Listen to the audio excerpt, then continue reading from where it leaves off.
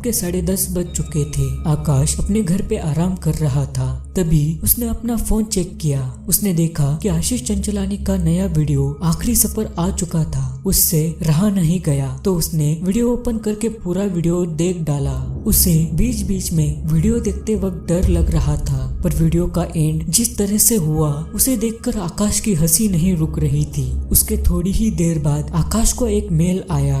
वो मेल उसके ऑफिस से था। उसमें लिखा था कि आकाश को कल सुबह किसी काम की वजह से मुंबई पहुंचना था और उसे मुंबई जाने के लिए उसी वक्त निकलना था। ऑफिस से गाड़ी उसे लेने आने ही वाली थी, तो बिना समय गवाते हुए आकाश ने फटाफट पैकिंग की, घर वालों को अपने काम के बारे में बताया और ऑफिस से गाड़ी आने की राह देखने लगा। तभी करीब 11:30 बजे ऑफिस से गाड़ी आई। उसमें सिर्फ आकाश और ड्राइवर ही था। गाड़ी आते ही आकाश ने फटाफट अपना सामान उठाया, गाड़ी में डाला और निकल पड़ा मुंबई की दिशा में। गाड़ी उसके शहर से बाहर निकल चुकी थी। गाड़ी में बैठे बैठे करीब 4 घंटे निकल गए थे। सुबह के 3:30 बज चुके थे। ड्राइवर की आंखों में थोड़ी सी नींद झलक रही थी। ये देखकर आकाश ने ड्राइवर को गाड़ी रोकने के लिए कहा और उसे कहा कि तुम थोड़ी देर सो जाओ, मैं ड्राइविंग करता हूँ। ड्राइवर ने पहले तो मना किया, पर बाद में उसकी नींद के कारण वो पीछे जाकर बैठ गया और वहाँ पर ही सो गया। आकाश ने करीब पौने घंटे तक गाड़ी चलाई, पर जब रास्ते पर 2 मोड़ आए तो उसे समझ ही नहीं आ रहा था कि किस तरफ जाना है। तो उसने सोचा कि ड्राइवर को ही जगाता हूँ और उसी को पूछता हूँ। उसने ड्राइवर को उठाने की बहुत कोशिश की,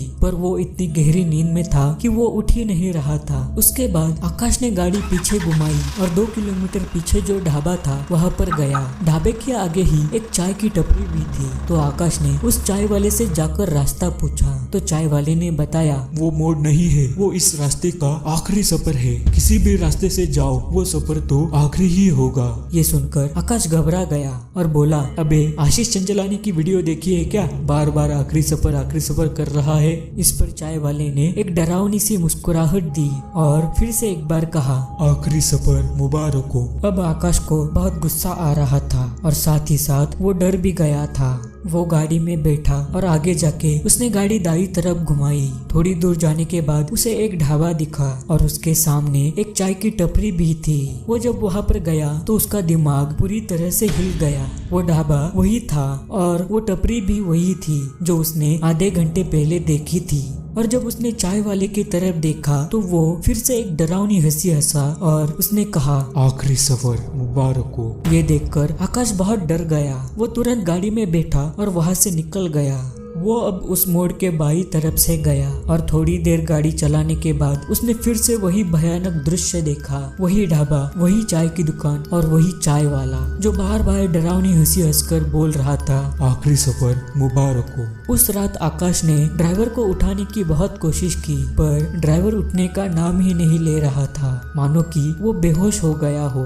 थोड़ी देर तक आकाश गाड़ी जिधर से भी निकाल रहा था। अंत में जाकर वो गाड़ी उसी चाय वाले के पास आकर रुकती थी। ये सब आकाश के साथ इतनी बार हुआ कि जब उसने एक समय क्या हो रहा है ये सोचने के लिए गाड़ी रोकी तो वो खुद ही बेहोश हो गया और सुबह होने के बाद ही आकाश उठा। तब तक ड्राइवर भी होश में आ गया था। आकाश और ड्राइवर दोनों के सर में बहुत तेज दर्द हो रहा था। आकाश ने ड्राइवर को होश आने के बाद जब उस मोड़ के बारे में बताया तब ड्राइवर को बहुत बड़ा धक्का लगा। उसके बाद ड्राइवर ने आकाश से कहा कि ऐसा कोई मोड़ और ढाबा इस रास्ते पर है ही नहीं। ये सुनने के बाद आकाश के पैरों तले की जमीन खिसक गई। आकाश बहुत डर गया। उसके बाद वो वहाँ से निकल गए। वो मुंबई में पहुँचे। उन्होंने अपना काम किया और वहाँ से घर वापस गए। पर आज भी कभी कभी आकाश के सपने में वो चाय वाला आता है और वो डरावनी हंसी हंसकर कहता है, आखिरी सफर मुबारक हो।